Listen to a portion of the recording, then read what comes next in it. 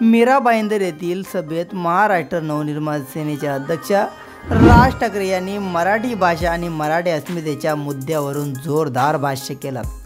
त्यांनी मराठी भाषेच्या सक्तीवरून सुरू असलेल्या वादाच्या पार्श्वभूमीवर सरकार आणि विशेषतः मुख्यमंत्री देवेंद्र फडणवीस यांच्यावरती टीका केली। त्यांच्या भाषणातील प्रमुख मुद्दे काय आहेत हे सर्व काही जाणून घेण्याआधी चॅनलवर नवीन असाल तर नक्की सबस्क्राइब करा। राज ठाकरे यांनी मराठी भाषेचे महत्त्व अधोरेखित केले आणि म्हणाले, महाराष्ट्रात राहणाऱ्यांनी मराठी शिकणे आवश्यक आहे। महाराष्ट्रात राहताय, शांतपणे राहा, मराठी शिका, आमचे तुमच्याशी काहीही भांडण नाही, असंही राज ठाकरे म्हणाले। त्यांनी 1ली ते 5वी पर्यंत हिंदी सक्तीच्या निर्णयावर टीका केली आणि सरकारला इशारा दिला, जर हा निर्णय लागू केला तर दुकाने नाही तर शाळा बंद करू, कानावर मराठी समजणार नसेल तर कानाखाली बसणारच, असे ठामपणे सांगत त्यांनी मराठी न बोलणाऱ्यांना इशारा दिलेला आहे। तर मुख्यमंत्री देवेंद्र फडणवीस आणि केंद्र सरकारवरती सुद्धा हल्लाबोल केला।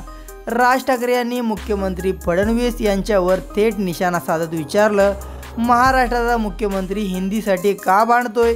इतर शाळांमध्ये मराठी सक्तीची करायला हवी, पण तुम्ही हिंदी सक्तीची का करताय? कोणाच्या दबावाखाली करताय? असा सुद्धा प्रश्न मुख्यमंत्री देवेंद्र फडणवीस यांना विचारलेला आहे। त्यांनी केंद्र सरकारच्या धोरणावरही टीका केली आणि मुंबईला महाराष्ट्रापासून वेगळं करण्याचा काही गुजराती व्यापारी आणि नेत्यांचा डाव असल्याचा आरोप सुद्धा केला आहे।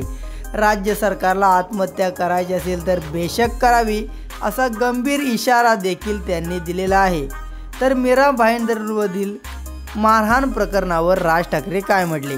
काही दिवसांपूर्वी मराठी न बोलणाऱ्या व्यापाऱ्याला मनसे कार्यकर्त्यांनी मारहाण केल्याच्या घटनेवर भाष्य राज ठाकरे यांनी केलं। ते म्हणाले, साधा छोटा प्रसंग होता, विषय समजून न घेता दुकाने बंद केली। तुमच्या कानाखाली मारली होती का? अजून नाही मारली। त्यांनी व्यापाऱ्यांनी पुकारलेल्या बंदवर टीका केली आणि मराठी व्यापारी असल्याचं सांगत दुकाने बंद करून किती दिवस राहणार, असा सवाल देखील राज ठाकरे यांनी उपस्थित केला। तर मराठी भाषेचा हा मुद्दा अस्मितेचा मुद्दा आहे, असं सुद्धा राज ठाकरे यांनी म्हटलं आहे।